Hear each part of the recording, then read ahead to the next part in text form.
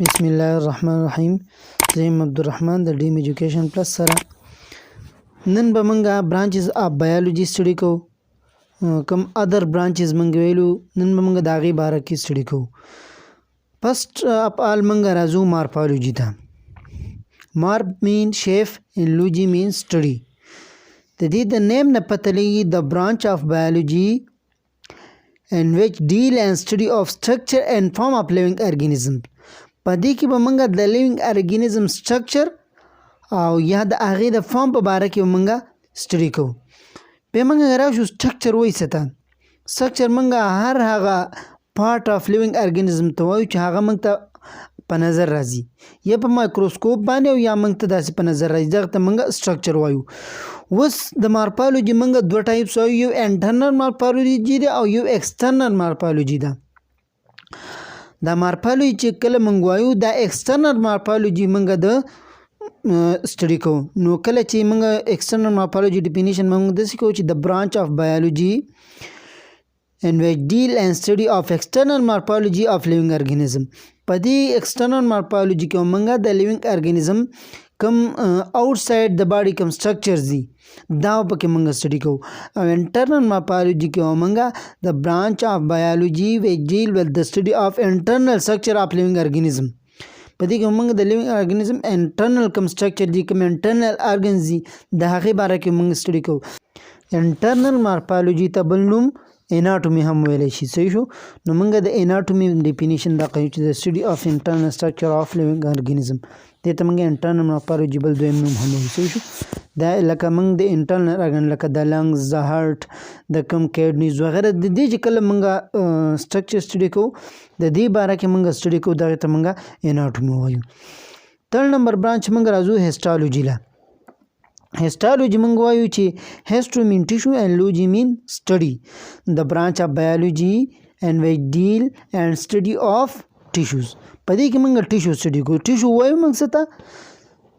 ټیشو موږ وایو چې similar group of cell which perform a specific function or particular function. دا یو similar group of cells دي چې دا یو ځای شي یو particular function دا پرفارم کوي، دغې ته موږ ټیشو وایو. فار ایگزامپل موږ وایو لکه زایلم په پلانټ کې د یو سیملر ګروپ اف سیل یو ځای شوي دي او د دې یو فنکشن دی او فنکشن دا چې ټرانسپورټ اف H2 ټرانسپورټ اف واټر، دا چې کوم دی فنکشن دی. په انیمل کې موږ بلډ وایو.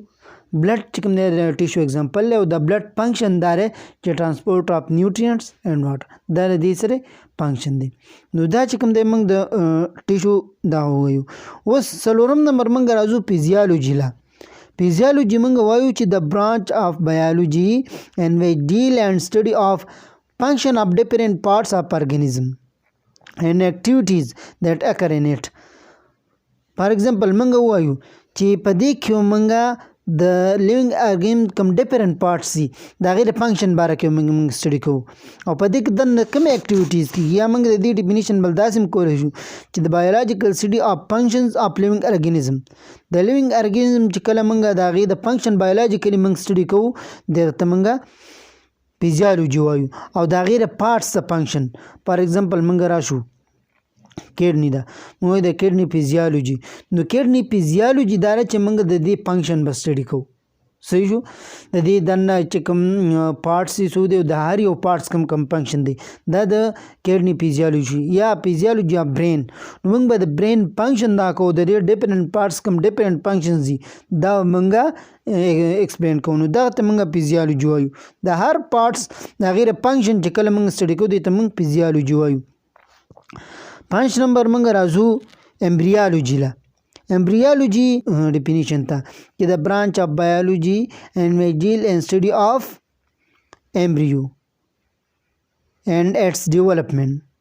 یا موږ داسې هم د ډیفینیشن کولی شو چې د برانچ اف بایولوجي and which deal and study of developmental processes occur in the embryo and new individual form from the embryo.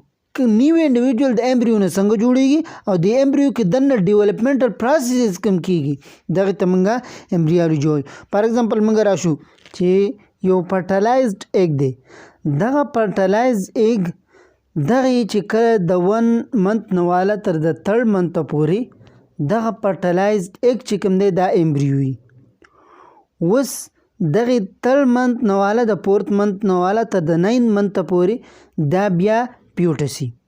نو اوس موږ وایو چې دغه ایمبریو فارمیشن څنګه کیږي یا په دې کې دننه کوم ډیولپمنټل پروسیسز کیږي او دغه ایمبریو نه بیا پیوټس څنګه جوړیږي. دغه پیوټس چې کوم دی لیوینګ ارګانیزم نیو انډیویجوال ته بیا څنګه کنورټ کیږي دا موږ په ایمبریالوجي کې سټډي کوو.